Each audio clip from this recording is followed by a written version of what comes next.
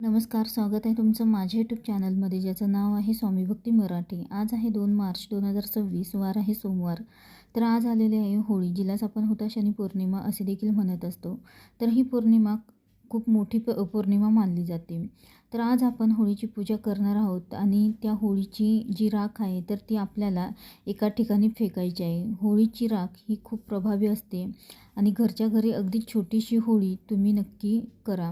यामुळे ज्या काही वाईट गोष्टी असतात तर त्या निघून जातात। घरातील इडापिडा, बाधा जे काही असेल तर ते निघून जातं आणि घरामध्ये सुखाचे दिवस येतात। म्हणून होळी दहनानंतर होळीची जी राख आहे तर ती घरी आणायची आहे आणि ती घरामध्ये कुठे आपल्याला ठेवायची आहे, त्याचे कोणते उपाय आपल्याला करायचे आहे, जेणेकरून घरातील सर्व अडीअडचणी, दुःख, संकट, करणी बाधा, ज्या काही वाईट गोष्टी आहेत, नकारात्मकता आहे तर ती निघून जाईल।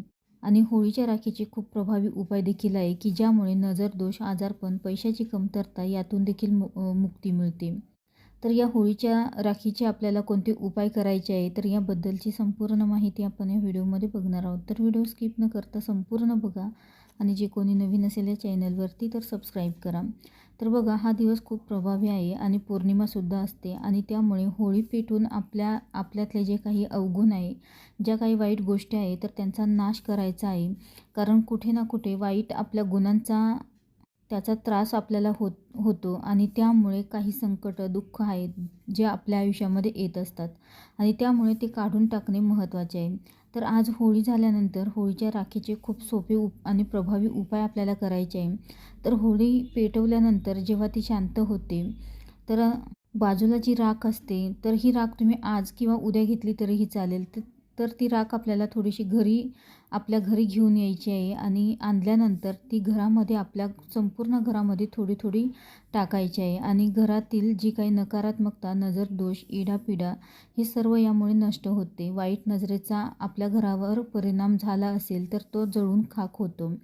सर्वीकडे आपल्याला ही राख टाकायची आहे आणि संपूर्ण दिवसभर म्हणजेच रात्रभर किंवा दिवसभर ती आपल्याला तशीच ठेवायची आहे आणि होलिके मातेला प्रार्थना करायची आहे की हे होलिके माता, माझ्या घराला कोणाची वाईट नजर लागली असेल, काही दोष लागले असतील तर ते नष्ट होऊ दे। तर यामुळे नकारात्मकता, जी काही वाईट शक्ती असेल तर ती जाते आणि सुखाचे दिवस येतात।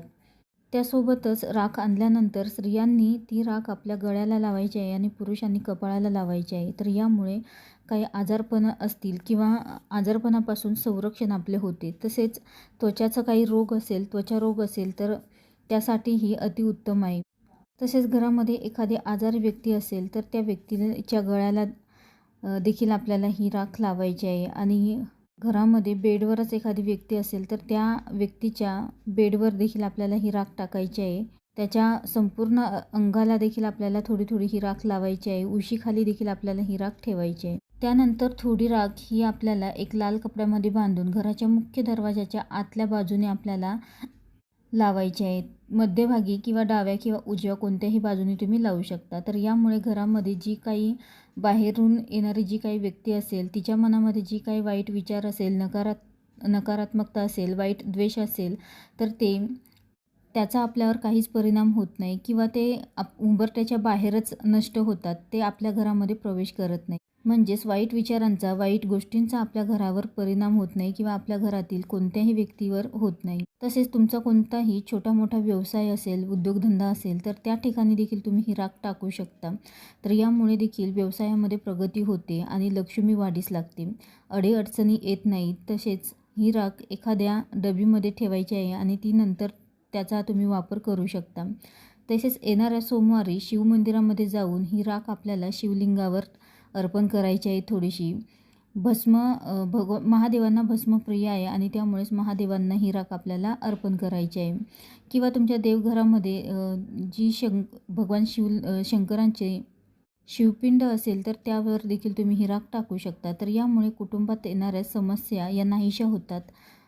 तर असे हे बरेच काही खूप प्रभावी असे हे उपाय आहेत। तर आवर्जून तुम्ही हे उपाय करा।